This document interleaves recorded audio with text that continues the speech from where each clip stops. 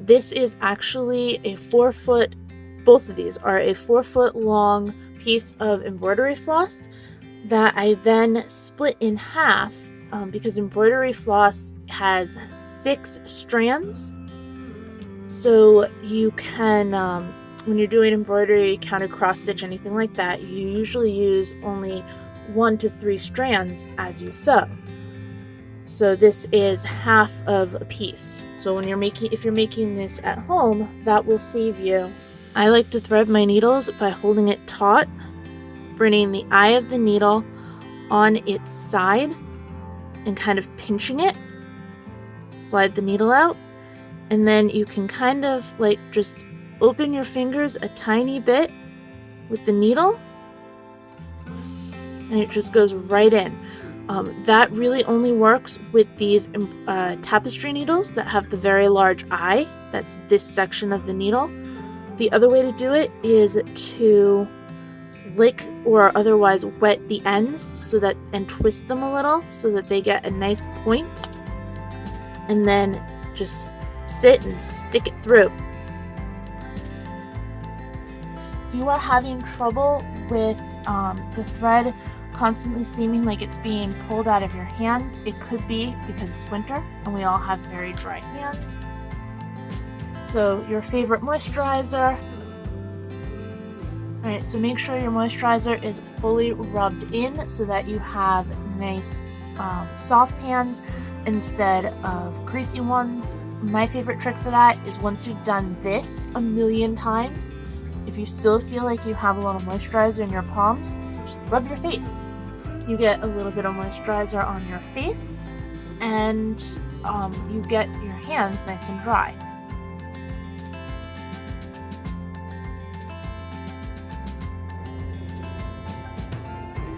Your kit comes with cardboard,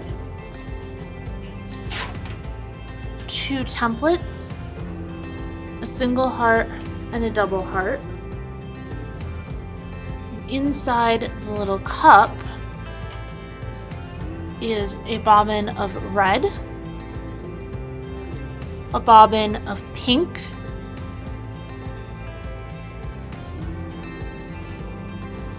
and a needle on a little piece of paper. I highly recommend always leaving the needle in the cup when you are not actively using it.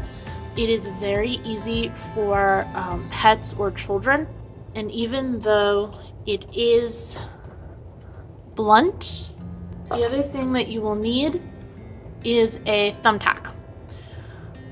If you don't have a thumbtack, you can use the needle. Also included in your kit is plain white cardstock. Take 1 sheet and fold it in half.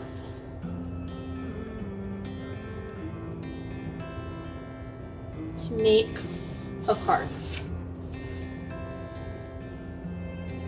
Once you have folded your cardstock, go ahead and open it up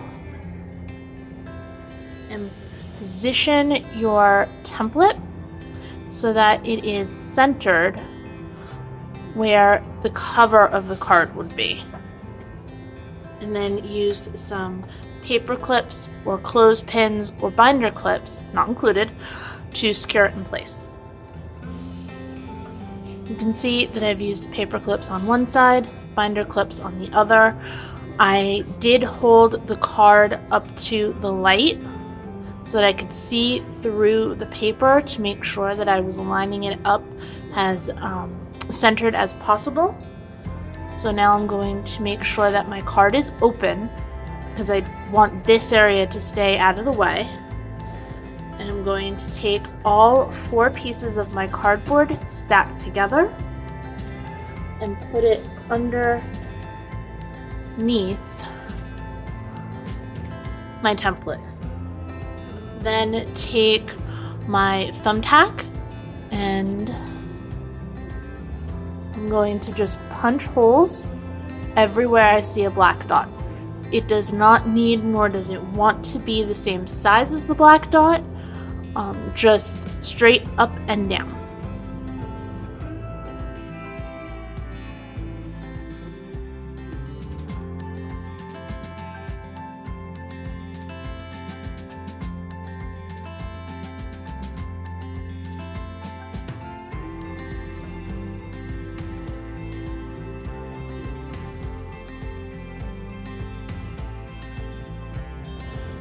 Now that all of my holes are punched, I can go ahead and take away my cardboard,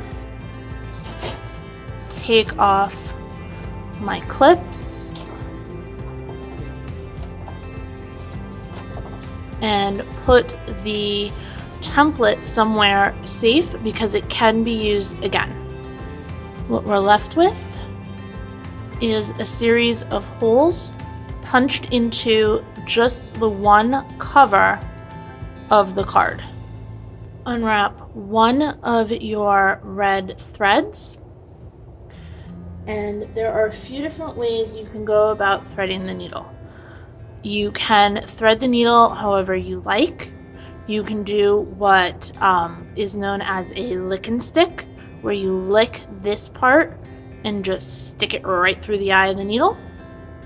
Or the way I've been doing it is I hold the thread and bring the eye of the needle up and kind of pinch it and then pull it out. And then kind of crack my fingers open enough to slide the little pinched loop of thread through the eye of the needle. If you don't think that you can thread your needle, we do have some needle threaders available upon request. Now, the template, which I got from the blog listed on screen right now, has these numbers, and you just stitch from number to number. 1, 2, 3, 4, 5, 6, etc. However, I have found that as long as you just keep the mindset of keep moving forward, you don't even need the numbers, other than the number 7, that this dot here is the 7th dot. 1, 2, 3, 4, 5, 6, 7. We're going to start our card using all 3 strands that were on the one side of the bobbin, and we are going to go up through the very top center. And I do find that it is easiest to keep flipping your card back and forth so that you can see the holes, and that way you don't accidentally pierce extra holes with the needle. So flipping the card over, this is the inside of the card. I'm going to pull my thread carefully, we don't want it to knot, until I have maybe an inch and a half on the end. I'm just going to smooth that down and stick it with a piece of Scotch tape. Now, using that number of 7, 1, 2, 3, 4, 5, 6, 7, I'm going to go down.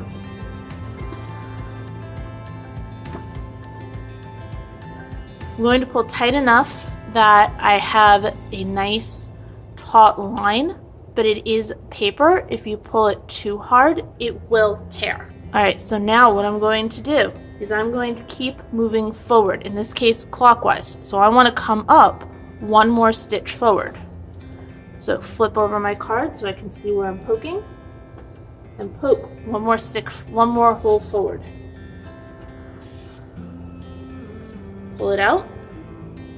Now you can see it's nice and taut on the back and on the front. So I'm going to go back to the beginning, except I'm not going to go in the very first hole. I'm going to go in the next hole forward.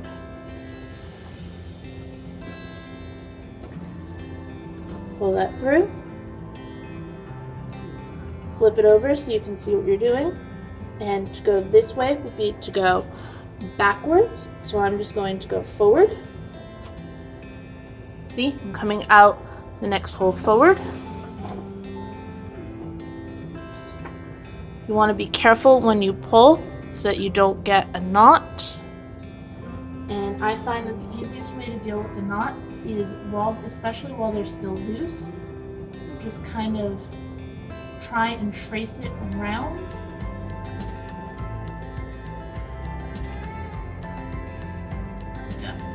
most knots that you will end up with in your thread are going to be slip knots, so if you can find the right angles, you can pull them apart easily.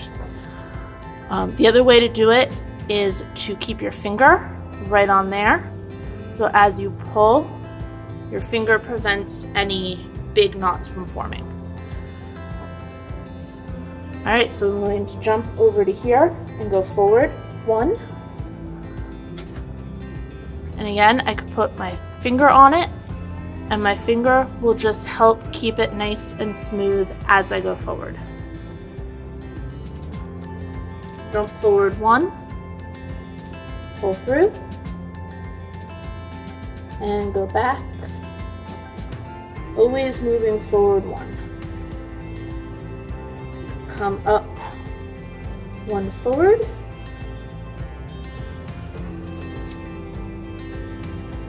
again, don't be afraid to flip it over to see what you're doing. So I'm just going to go 1 forward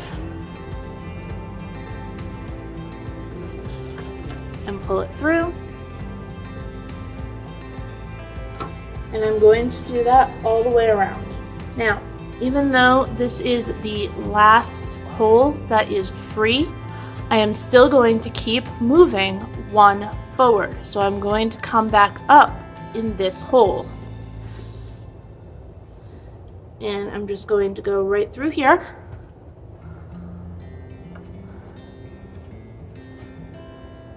And come up and keep going forward to the next hole down.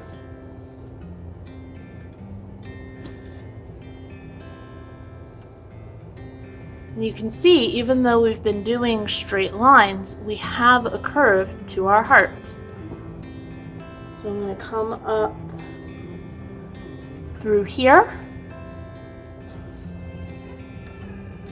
And when I go back, this was the last line that I stitched. So I'm going to go 1 forward and go down through here where it shares a hole. And you can see I have started filling in some of the gaps.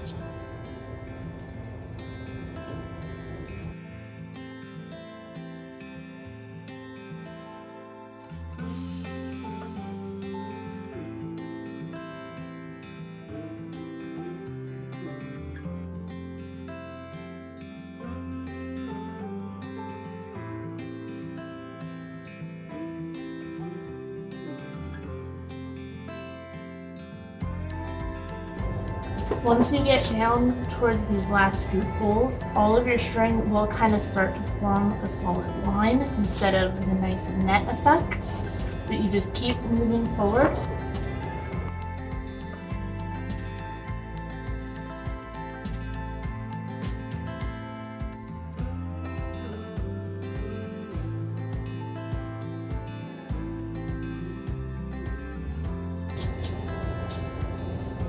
Alright, so I am using the tip of the needle to pull the thread kind of over a little while I slide that in.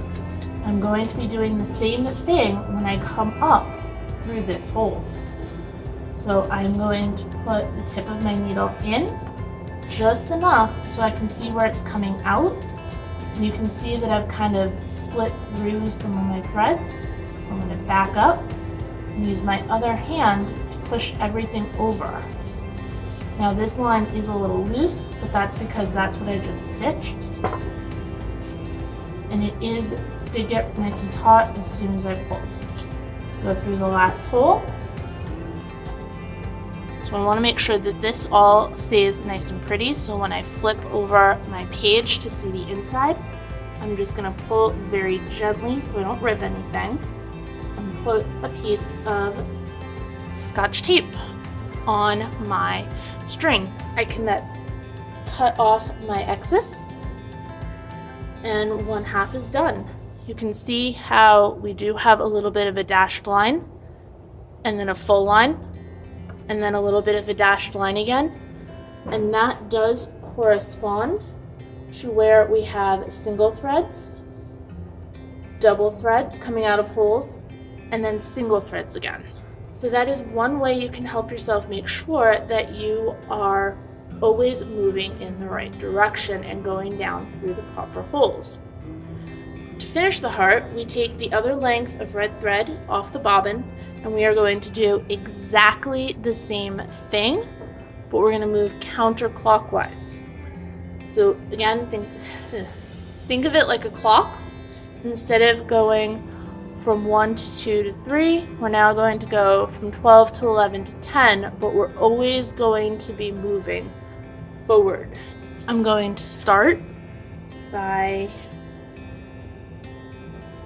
coming up through the middle, just exactly the same place I started the first half. Pull everything through until I have my inch and a half tail, and secure it with a little piece of Scotch tape. You can use masking tape, you can use a sliver of packing tape, duct tape, whatever you happen to have on hand. So now I'm going to take that lucky number 7 again and count backwards this time. 1, 2, 3, 4, 5, 6, 7. Go down through 7.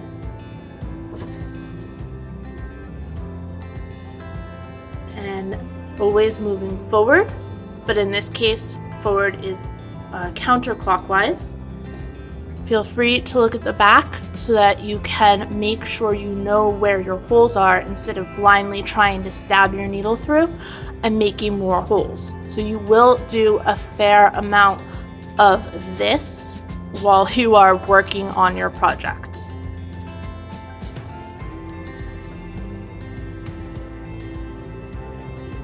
I've come up, and then I'm going to go back here and go down, 1 forward, come up,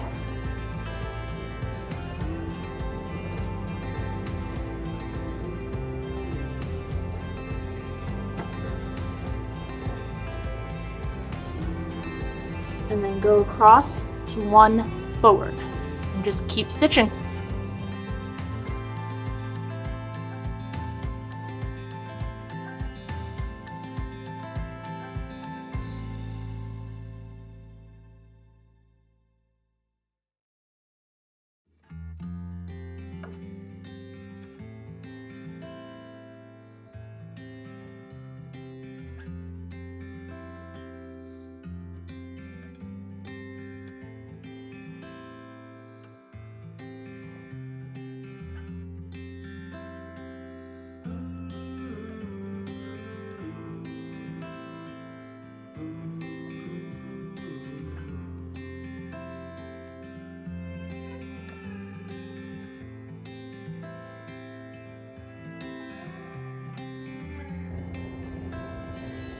Okay, so you can see here where I've messed up.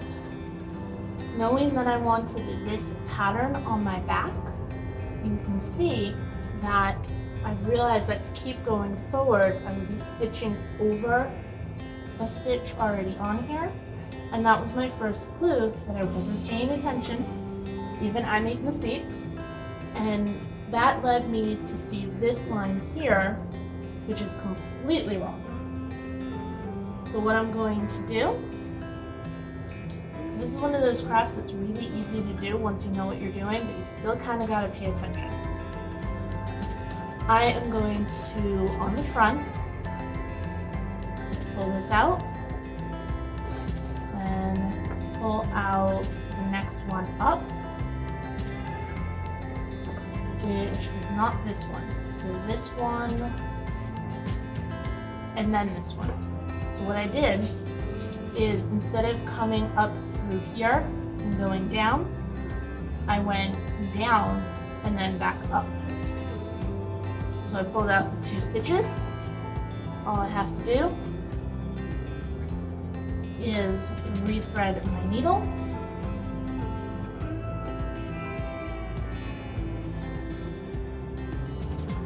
And remember to always keep going forward.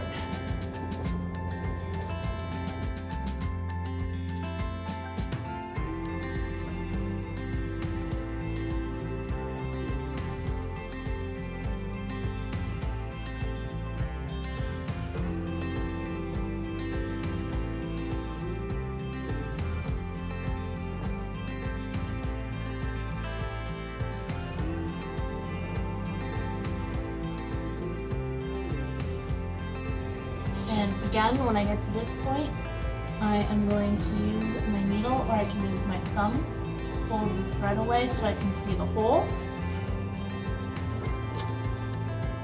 And then I am going to carefully make sure that my thread is moved to the side when I come up through the second to last hole that I will be stitching.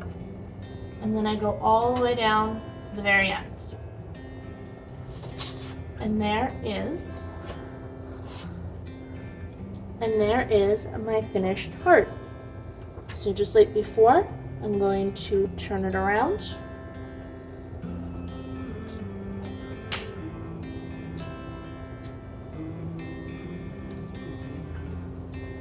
And I'm going to add a little piece of tape.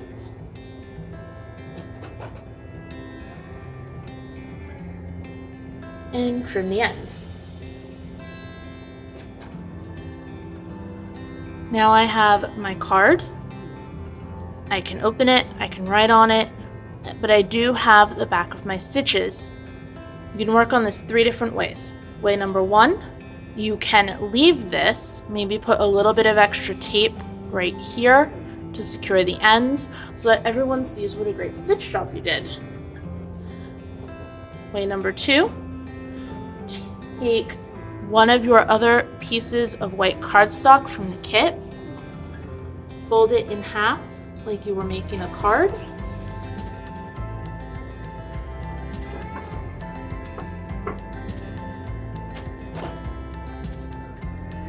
and then cut along the fold.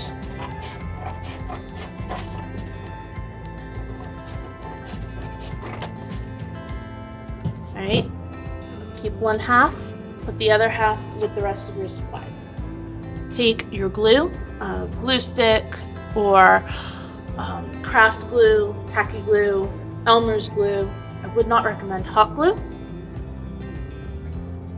And I'm just gonna run my glue all over everything.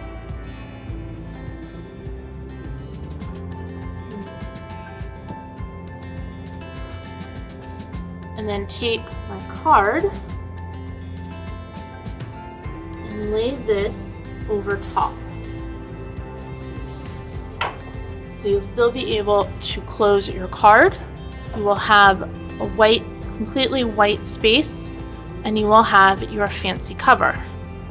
The third way to finish off your card is to do exactly this same method, but to use your own colored cardstock or scrapbook paper or wallpaper sample or whatever else you may have that would look pretty. It is entirely up to you. You could probably even also use this technique with a plain piece of plain printer paper, so you don't need to necessarily use the cardstock. Now that you know how to make a single heart, I'm going to show you how to make a double heart. I do apologize if the lighting or the camera or anything else is slightly off during this particular shoot, because it was filmed from my home instead of my little studio at the library during the snow day of February 1st. Now in your kit, you do have one set of red and one set of pink, so you can make one of these double cards or 2 single heart cards. And you will notice that the double hearts are slightly smaller than the single heart, because I did need to mess with the size a little so that they fit. The other heart was able to go a little bit bigger.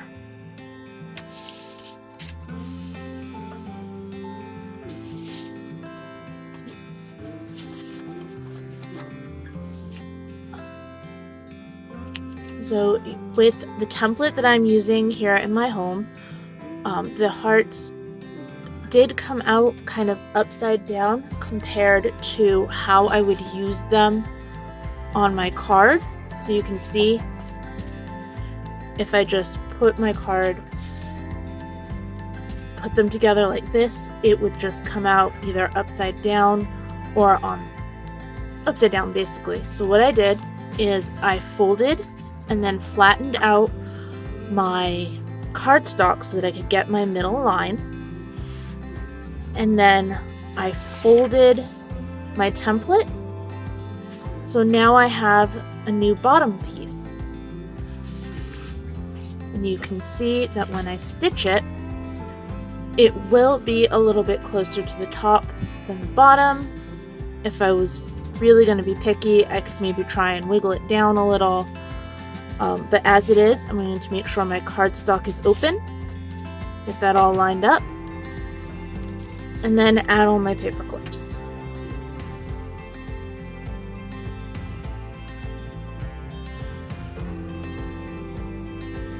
Alright, so I have my paper clips, so now my template is going to be a little bit more stable.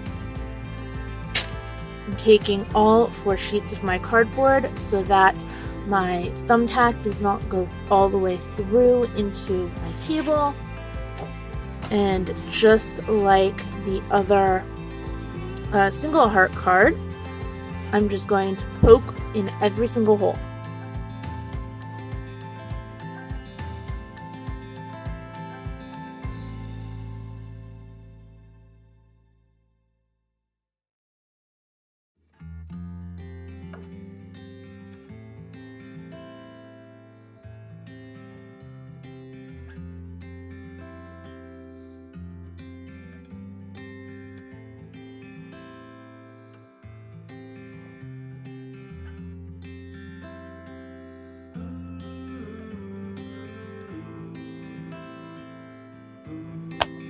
Alright, so I've done 1 heart, time to do the next, and remember, I've already done those 2 holes.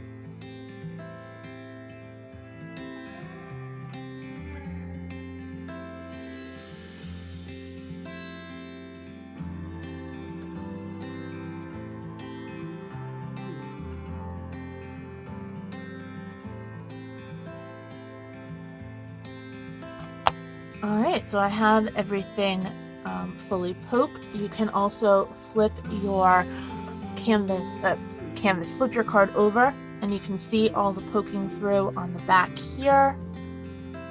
In fact, this one needs to be a little bit more poked. There we go. Alright, so I can put away my thumbtack, I can put away my paper clips, and my cardboard. So I have my 2 sections of pink for 1 heart and my 2 sections of red for the other. So I'm going to do my red heart, which is this one, and I'm going to stitch this heart completely normal. So it'll be completely finished, both sides, and we will do the fancy bits with this 1 section of pink. So 3 sides the same, 1 side slightly fancier.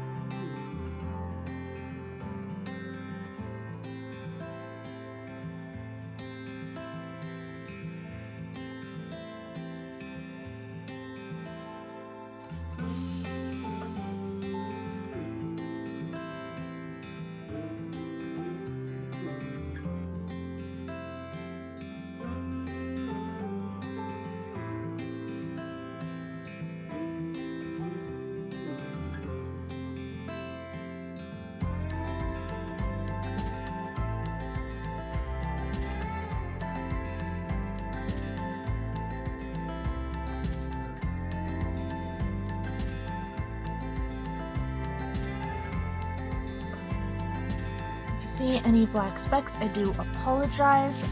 The hazards of work from home with dark gray cats.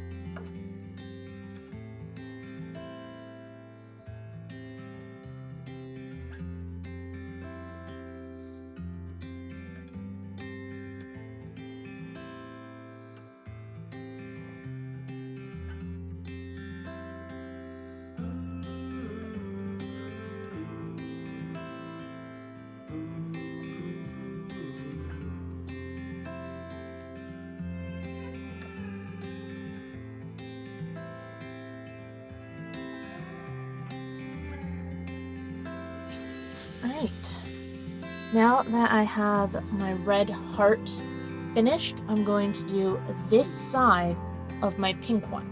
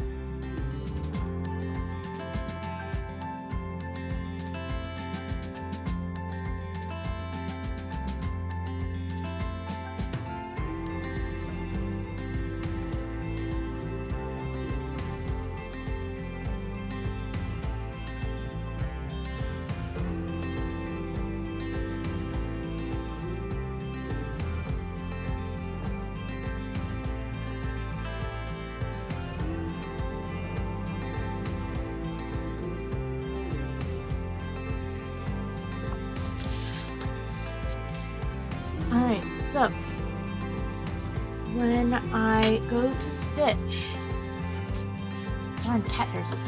When I go to stitch my last half of a heart, I can either completely overlap, or what I'm going to do is overlap on here and then use my needle to go down through here.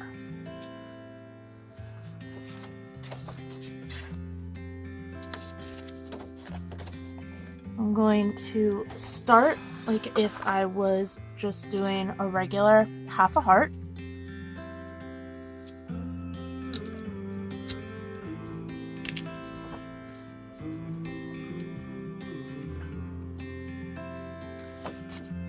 And my sevens, which should bring me to here. 1, 2, 3, 4, 5, 6, 7.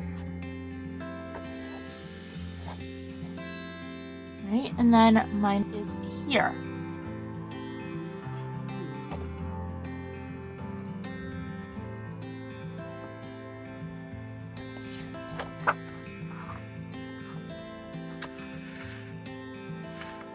So I'm coming up. Now, depending on how well you stitched and how well you did your poking, this red string here, you may want to come up above it or below it. It is entirely up to you to try and keep it as straight as possible. But I am going to go over. And now my pink is starting to overlap my red.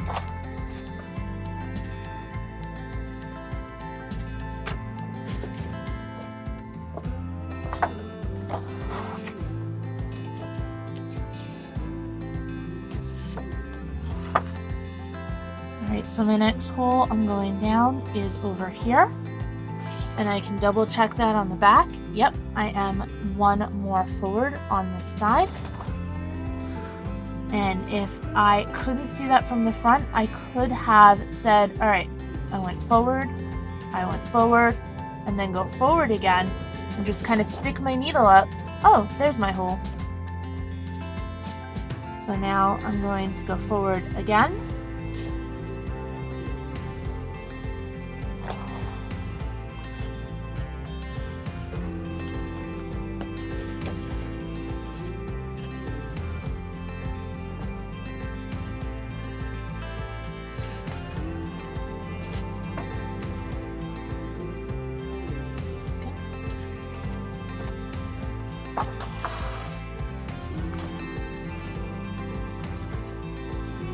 And now my pink heart is fully overlapping my red heart.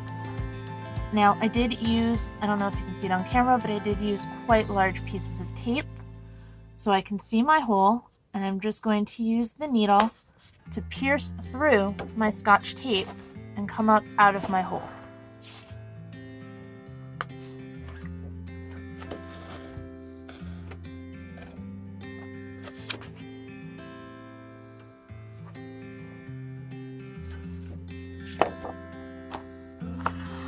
And again, just keep going forward. I now have 4 threads coming out of that one hole.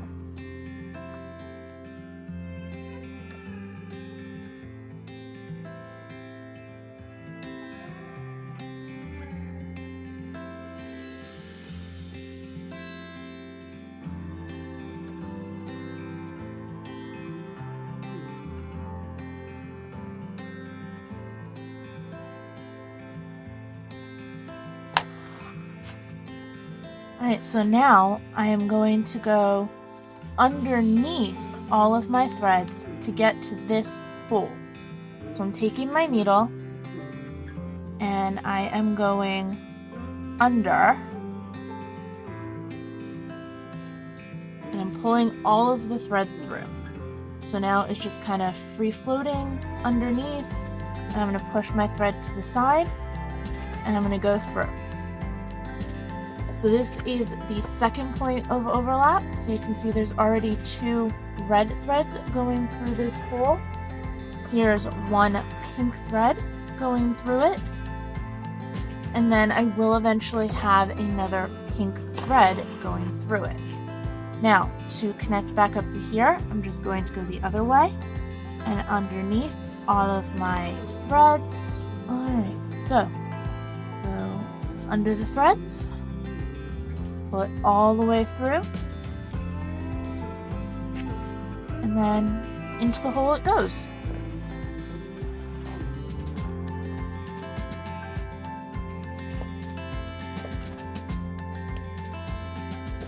Come on out. We're going to go under all of the threads and into the hole.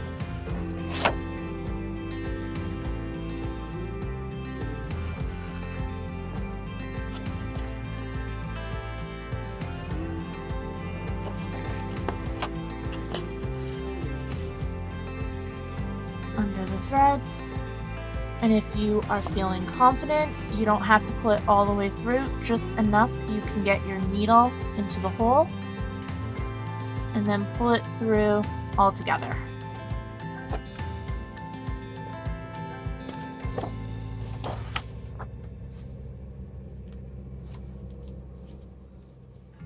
Make sure that you do not cross any of your pink lines. You want to go straight through so that they all lay down next to each other, just like on the red.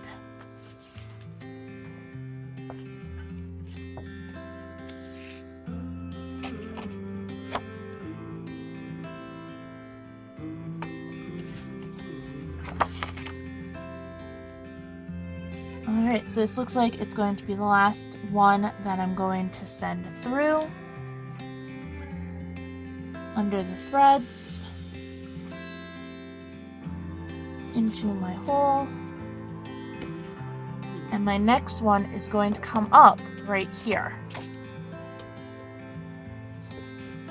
So you can see that when I come up with this one, I need to be very careful that I move all of the pink and all of the red. I want to come up right in this little bottom section of the X that we've made. Pull everything taut and into the last section. All I have to do now is put some more tape.